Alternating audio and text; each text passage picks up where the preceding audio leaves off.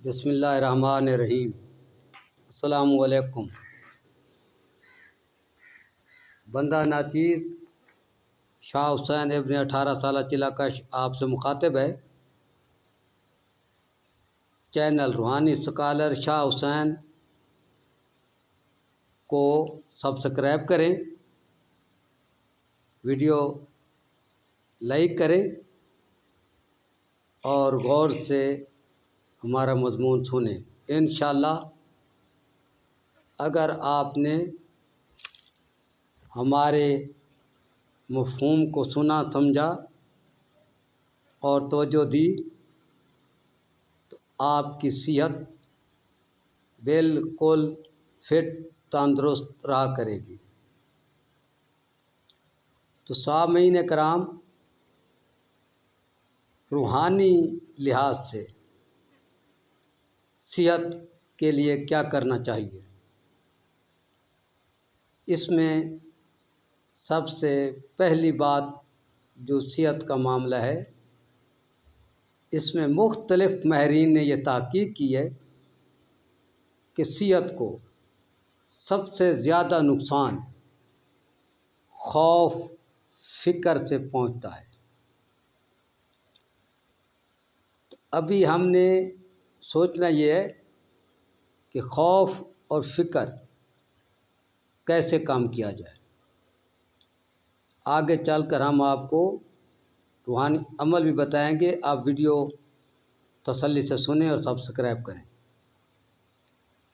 خوف اور فکر کو ختم کرنے کے لیے ہر مذہب میں مختلف طریقہ کار رہ جائیں، جبکہ مذہب اسلام میں جو سب سے بہتر طریقہ رہ جائے وہ ہے اعتکاف کرنا، یعنی اللہ کی یاد میں اللہ کی رضا کے لیے دنیا و مافیہ سے بے خبر ہو کر سب کچھ چھوڑ کر ایک مخصوص جگہ تنہا بیٹھ جانا، اللہ کی یاد کرنا۔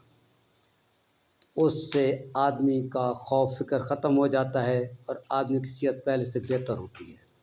یہ محض تحقیق یا سنی سنائی بات نہیں کر رہا میں۔ اعتکاف میں اگر آپ کی طاقت میں پہلے فرق نہ ہے تو میرا آ کر گریبان پکڑ لینا۔ یہ میرا ذاتی تجربہ ہے کہ اعتکاف کرنے سے صحت کافی مضبوط ہوتی ہے، اور تو اور صحت کیا، خود طاقت خاص کو بھی کافی فائدہ ملتا ہے۔ دوسری بات، جسم میں انسانی کے اندر انسانی صحت کا جو بادشاہ ہے وہ ہے انسان کا معدہ۔ جتنا ہی کسی آدمی کا معدہ تندرست رہتا ہے اتنا ہی وہ بیماریوں سے محفوظ رہتا ہے۔ تو معدے کو سیٹ کرنے کے لیے ہمارے دین میں کیا کہا گیا ہے؟ مختلف مذاہب میں مختلف طریقے رہ جائیں، لیکن ہمارے مذہب اسلام کے اندر کیا حکم ہے؟ نبی علیہ السلام صلی اللہ علیہ وآلہ وسلم کا فرمان ہے کہ جب تم کھانا کھاؤ تو ایک حصہ کھانے کے لیے، ایک حصہ پانی کے لیے اور ایک حصہ پیٹ کے لیے یا عبادت کے لیے چھوڑ دو۔ یعنی کبھی بھی زندگی میں پیٹ بھر کر کھانا مت کھاؤ، بھوک رکھ کر کھانا کھاؤ۔ بیماریاں تھوڑا کھانے سے نہیں آتی، بیماریاں زیادہ کھانے سے آتی ہیں، یہ عجیب بات ہے۔ جبکہ ہمارے بہت سارے معزز بھائی بہن اس وجہ سے خوراکیں زیادہ کھاتے ہیں کہ ہم تندرست ٹھیک اور مضبوط رہیں گے، حالانکہ تجربے پر یہ بات ثابت ہوتی ہے کہ جو لوگ خوراک کم کھاتے ہیں وہ ہمیشہ تندرست رہتے ہیں بنسبت ان لوگوں کے جو لوگ خوراک زیادہ کھاتے ہیں۔ تو دوسری، ابھی میں آپ کو ایک دوسرا عمل بتاتا ہوں جس کا تعلق روحانی علوم سے ہے، کسی مادی علوم سے نہیں ہے۔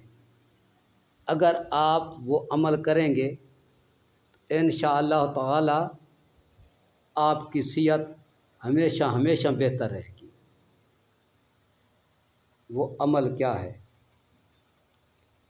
آپ ایسا کریں گے، آپ جہاں نہاتے ہیں نا اس جگہ ایک ایسا بندوبست کریں گے آپ کا وہ نہانے والا پانی ضائع نہ ہونے پائے، یعنی آپ اس پانی کو جمع کریں گے۔ جمع کرنے کے بعد جب آپ نہا کر کپڑے بدل کر تسلی سے فارغ ہو جائیں تو اس پانی کو رکھنا نہیں ہے، اس پانی کو آپ لے جا کر کسی بھی اپنے پالتو جانور کو پلا دیا کریں۔ مثال گھر میں ہر جانور کو نہیں پلانا، ادھر میں آپ کو یہ وضاحت کر دوں۔ پالتو جانور میں تو گدھا بھی پالتو جانور میں آ جاتا ہے، کتا بھی آ جاتا ہے، لیکن ان کو نہیں پلانا۔ پالتو جانوروں میں سے کون سے جانوروں کو آپ کو وہ پانی پلا دینا چاہیے جس سے آپ کی صحت کو حفاظت ملے گی اور آپ کی صحت ہمیشہ مضبوط رہے گی، جسمانی طور پر بھی اور روحانی طور پر بھی۔ وہ جانور یہ ہیں: بکرا، بھیڑ، گائے، اونٹ، بھینس اور پرندے، مرغا، کبوتر وغیرہ وغیرہ، یعنی خصوصاً حلال اور نفیس قسم کے حیوانات۔ امید ہے کہ آپ کو ویڈیو پسند آئی ہوگی۔ اگلی ویڈیو تک اجازت، اللہ حافظ، السلام علیکم۔